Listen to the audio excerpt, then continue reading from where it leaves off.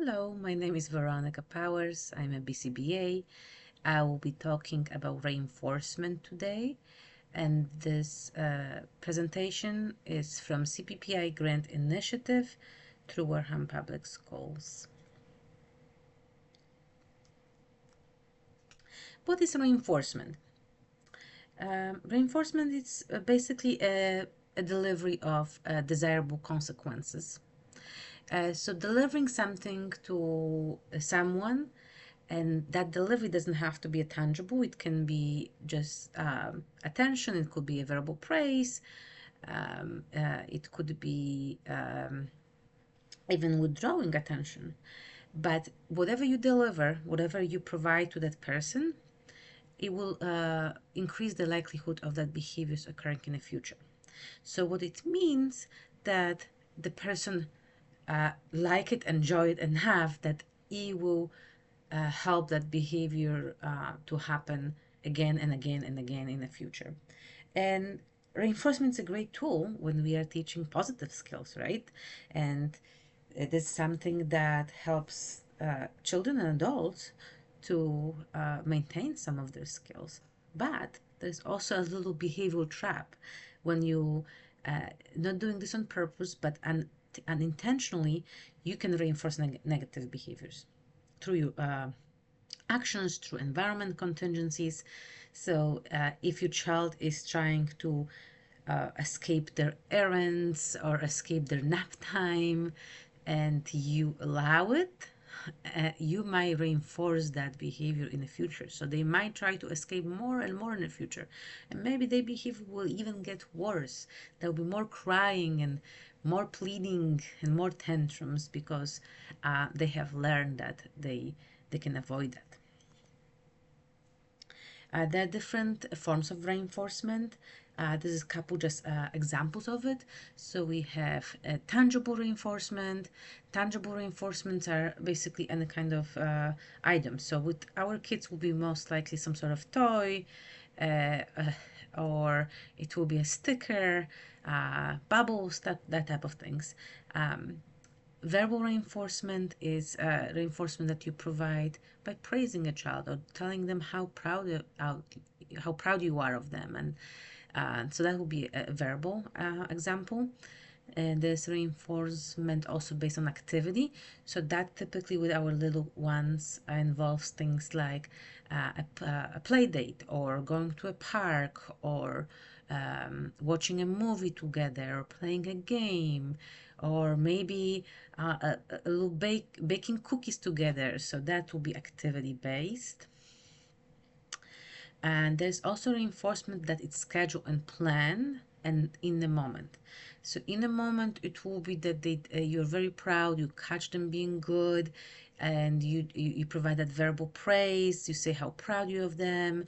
Maybe you have a little sticker you provide. So it's in the moment and it happens. But there's also a scheduled and planned one where you provide a specific contingencies. You ask your child that they need to complete a specific things or behave a specific way. Um, and then when they accomplish that, then they will receive some sort of reward, some sort of reinforcement. Let's talk about verbal reinforcement. Let's talk about how to praise your child. You want to praise your child when you do it verbally. You want to be upbeat. You want to be genuine. You need to mean. If you are proud of your child, if you're saying that they did a good job, mean it. You truly mean it. It's important for them. They pick on social cues. You want to be individualized. So we all repeat phrases such as good job, but maybe your child likes have a very specific cute word that you use with them. Use that, that could be your own thing. But you also want to vary. So when I work with children, I vary with the same child different type of phrases I use. I don't repeat like just a good job. I pull them on the side. I said to them that uh, I was proud or it was fantastic what they did. So I use all kinds of different words. So it varies, from time to time. Tangible reinforcement. How you deliver tangible reinforcement? If you deliver tangible reinforcement such as a toy or maybe a piece of food or snack, ice cream, right, a little treat, goldfish, you want to do it at predetermined time and with the predetermined criteria. So it means that you have to have a specific things you're asking your child to do, such as, let's say, if you're trying to teach your child to clean up their toys after playtime, so the reward will be once the toys are cleaned up, then you're going to have a special treat. Um, if you're trying to diminish some problematic behavior with your child, then you can set up something related to those behaviors, such as if you show me safe hands, you keep hands to yourself, no hitting others, um, then we're going to have ice cream party or at our home. So it is it's criteria that you set up from the beginning. But those criteria need to be fair. So if it comes to the little kids, you start with the small steps. So if they're having, for example, a lot of behaviors such as kicking, hitting, and also yelling, sometimes it just saying that you cannot have all of them at the same time, it might be a little bit too much for a child. So you start with the most dangerous ones. So you start with maybe hitting and kicking. And then once they are able to control this behavior better through that reinforcement, delivery, and also co-regulation skills, then you can add also no yelling. They need to be also age appropriate. So for the little kids, it could be things like stickers, it could be small toys, it could be extra time in the park, it could be hugs, it could be small ice cream, a little snack. You don't want to provide tangibles that are meant for older children, and they're excessive. So you don't you want to be very careful about how much of tangible reinforcement you provide, meaning it has to be adequate to behaviors. So if you doing reinforcement every day or every couple days, then it has to be on a smaller scale. You can such as couple stickers or extra ice cream scoop. You don't want to make it so big that it will be difficult to achieve and complete on an ongoing basis, and set up the expectation for very basic behavior expectation, but with a big reward. It has to be adequate. So it cannot be like that every day. You cannot have every day big ice cream party for your child in the whole neighborhood, right? Or you cannot go every day to McDonald's. It has to be those kind of bigger events has to be for a longer time of following different expectation. You just have to be aware that with your little ones, they, because of the lack of understanding of a time passage, you might not be able to go more than a couple days, most likely probably not longer even than a day, for your rewards. What we do typically in the school with the little ones, we do it in a moment. I'm giving a little bit of a grace here, saying that even a whole day or even a couple days, it's a that's it could be possible. You might want to try with your child, but typically with the little ones, we do it in a moment, just for that specific activity or that specific routine, or for the half day. We don't really extend this time for too long, because of lack of understanding time, and not having all those self-regulation skills yet to be able to maintain such a long periods. Also, your consequences for negative behaviors, if you're providing reinforcement strategies, you probably will provide some consequences if your child is not following the expectations and routines. They need to be adequate to the behavior, so they cannot be a big punishment for small crimes. They have to fit the consequence has to fit the crime. You don't want to your child to be discouraged by use of reinforcement or by use of consequences, and shut down for those ideas. See, you want to build that skill, so it cannot be too big of a consequence.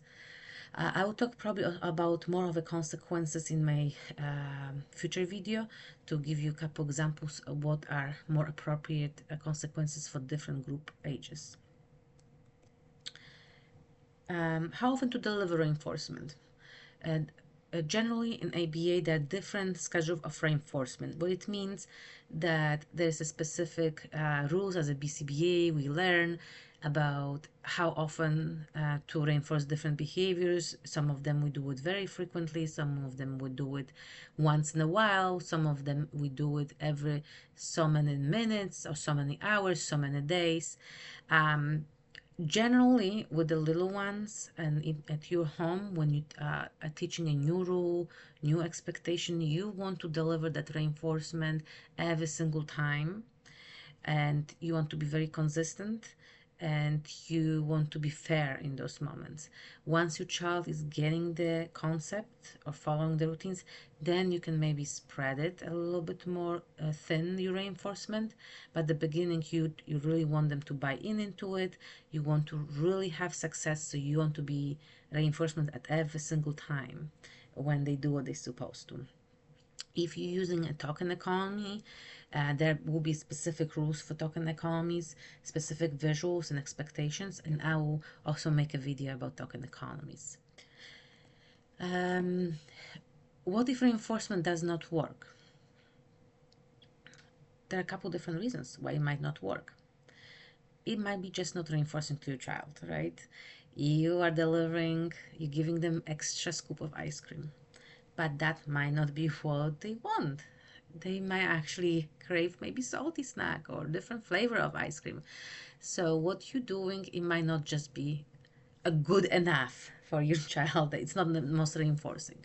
So you got to find what they really like and try those other things. And the funny thing about the reinforcement is that the preferences of a child can change from day to day. What we do often in a school or in the centers, we almost assess every day what the child wants to work for or what they want to earn. And it's every day, it might change it, and it changes pretty frequently what they want to work for. So it might change at your home too, from hour to hour even. Sometimes the reinforcement does not work because they're receiving too much reinforcement. And as I said before, that at the beginning, when you're teaching the skill, you want to do reinforcement every single time. And eventually you will kind of thin that schedule. And that's the reason for it. Because if there's too much reinforcement, then it doesn't work anymore for them. They had enough of it and they feel pretty fulfilled, so there's no reason for reinforcement to work. So in those situations, you might just take a little break, withdraw for a little bit, and then just give it a little bit of a time for that need to for your child to reappear, or you might need to change also the reinforcement, what you deliver. If you're delivering something that it's unfair or inconsistent, so not like if you're teaching a new skill, right, and you're not doing this, you're not delivering reinforcement every single time, and it's however sometimes you do for following the rules and sometimes not, that appears unfair, and then the child wouldn't know what is the structure, what's the expectation, and they might just basically not follow the reinforcement because it's too much unpredictability. In situation where the child feels overstimulated or overwhelmed, the reinforcement might not work and they might not respond in the moment. It doesn't mean that the reinforcement doesn't work. It just means that there is a lot for them to process, and they might need some of the self-regulation skills I spoke before in my previous video. And then once they're able to regulate, then you can reattempt the reinforcement.